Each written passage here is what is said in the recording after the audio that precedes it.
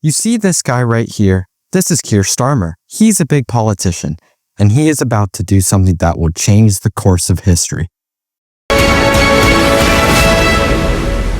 Oh my God.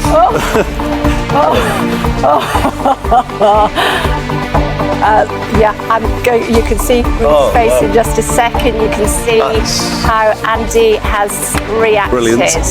Starmer just won the biggest majority in British history in nearly 25 years, and his reward, out of all 650 seats in Parliament, 411. Something everyone expected, yet still a massive accomplishment for him and his supporters. He proclaims to all of them, "We did it!" as the crowd erupts and cheers for a new era of the United Kingdom. But since he won 411 seats, what is your best guess for his party's vote share? 50%? I mean, he won a majority, so he had to at least get a majority of the vote, right? Or if not, maybe 45 or 40%? Well, you thought wrong. 33.7%, nearly half compared to the percentage of seats they won.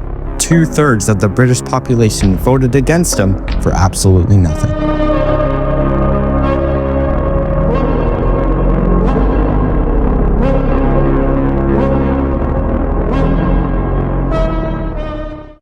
We are now about 9 months into British Prime Minister Keir Starmer's term, and he's been, well, really underwhelming. With 63% of all seats in Parliament, he can literally do anything he wants without any actual pushback. This warrants the question, is it really democracy if even though 2/3 of the population vote against you, it still results in a huge majority for the winning party? Well, this was exactly the center of a study done by a man named Michael Gallagher. Now, Michael is a political scientist at Trinity College Dublin in Ireland who made the Gallagher Index in the year 1991, and it measures an election's relative disproportionality between votes received and seats actually won in a legislature. It also measures this disproportionality from all parties that collectively stand in one election, eventually giving a precise score that can be compared through every country across the world. Over 1,500 elections are stored in the Gallagher Index, and it gives a viewpoint into how unrepresentative most people really are. In the United Kingdom, it has been especially used to show how disproportionate every general election has been, and it has never been more prevalent than after the 2024 UK general election. For example, British Prime Minister Keir Starmer and the Labour Party received a vote share of 33.7%. This indicates that only 1/3 of the population actually voted for them in the House of Commons, but it gave them 63% of every single one of the seats in the British Parliament. Opinions usually ranges from keeping the system in place in order to preserve the British tradition, all the way to overhauling the way elections are done in Britain for the sake of a more citizen-driven election system. After seeing other elections in recent history, it's clear why some people in the UK are very quick to give such hefty solutions to a problem like this. So to put into perspective into how undemocratic this election really was, here are the top 237 most representative elections in the world throughout the last 25 years, with the winning party's margin of victory on the x-axis and the Gallagher number on the y-axis. This chart represents 26 countries that have a legislature across the world, and it tells the story of how undemocratic certain elections can be. The higher you go, the more unrepresentative these elections were. The further right, the better the vote share was for the winning party.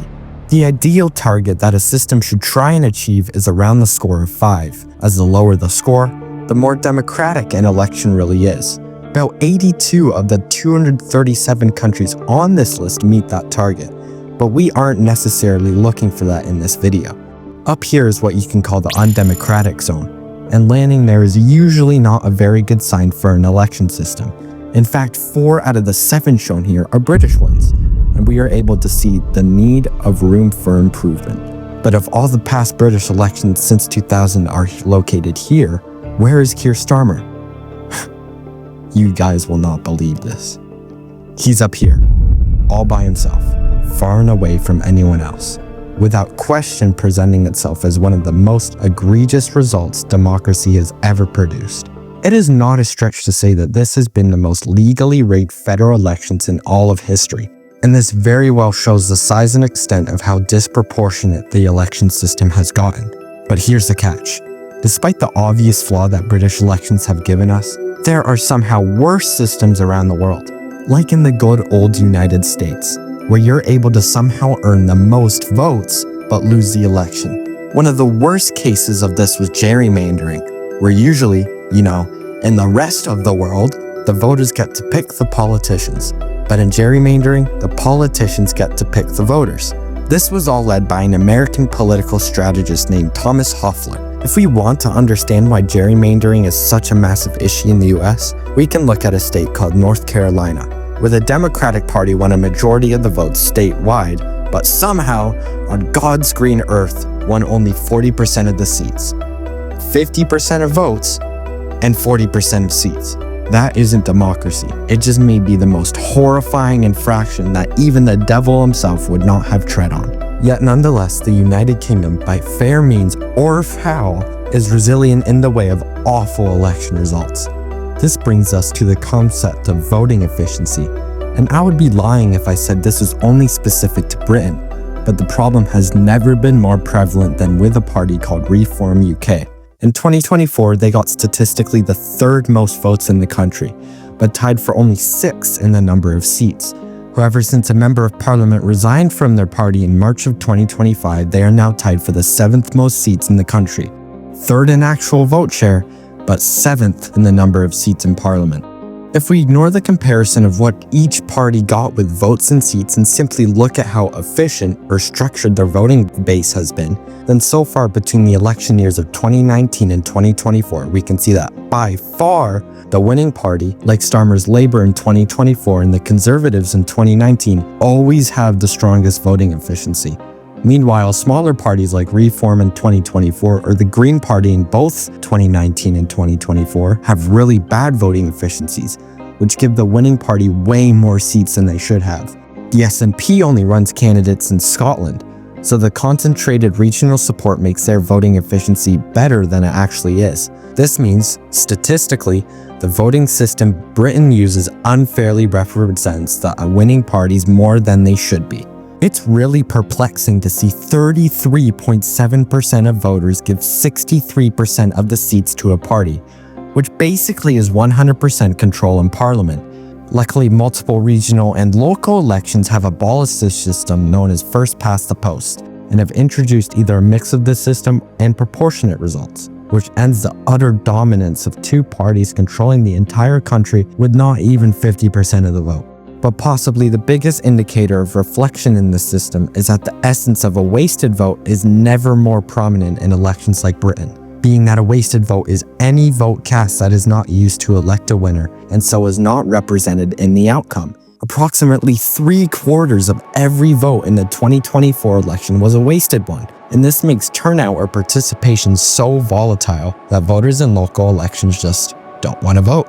Not to mention, this system exacerbates strategic voting, which means that voters of smaller parties, knowing their party will not win elections, will choose what they think is the more tolerable option in order to make their least favored candidate lose. This further implies that the inconsistency in every British election that disproportionates each party's result simply isn't relegated to one party.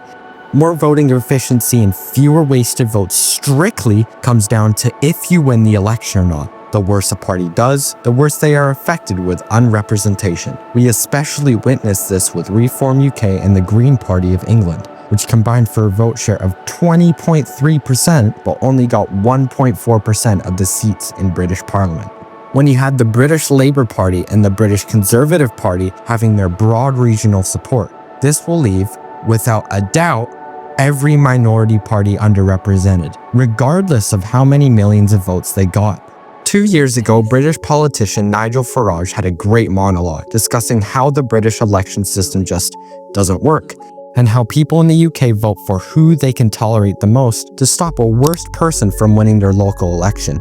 I am now complete radical. Complete radical. Oh, no. I'd smash up this voting system. It doesn't blooming well work. All we do is vote for the one we dislike a bit less than the other one. The House of Lords is an abomination, being filled up with all the mates of prime ministers. What the referendum showed you in 16 was that the Westminster is detached from the rest of the country on really big issues. They're even more detached now than they were. So I'd love to see a direct democracy mechanism like they have in Switzerland, where ordinary citizens, if there's a really big issue, can force a vote on these things. Yeah, that's good. So, yeah, I think our fast past the post system won't be here in 10 years, to answer your question. Politics is going to change completely. If the 2019 British election showed how broken this system is, then the 2024 British election has annihilated it. It has essentially gotten way, way worse than anyone ever thought it could have been. In reality, even though we may think this is only happening in Britain, the argument that has propped up the idea of getting rid of this type of election system has been utilized numerous times internationally, including organizations like Fair Vote Canada or the Electoral Reform Society. In the modern era of British politics since the year 1979, there have been 12 instances of a general election occurring, and the vote share of the winning party has ranged all the way from 34% in the 2024 election to 44% in 1979. If we rank these 12 individual elections based on seat vote disproportionality, the 2024 election in Britain ranks first in front of every single election aside from 1997. This signifies that the winning vote of Labour in the 2024 election attained squat when it came to vote share, but gained a tremendous amount of votes when compared to its counterparts. This is just so visually insane that I am clueless as to why the British aren't up in arms about a system so undemocratic. The United Kingdom has created one of the worst situations for years to come. As the variety of parties increases each election cycle, the countless problems that come with inhabiting a system like this will only become bigger over time. This is unheard of, as usually,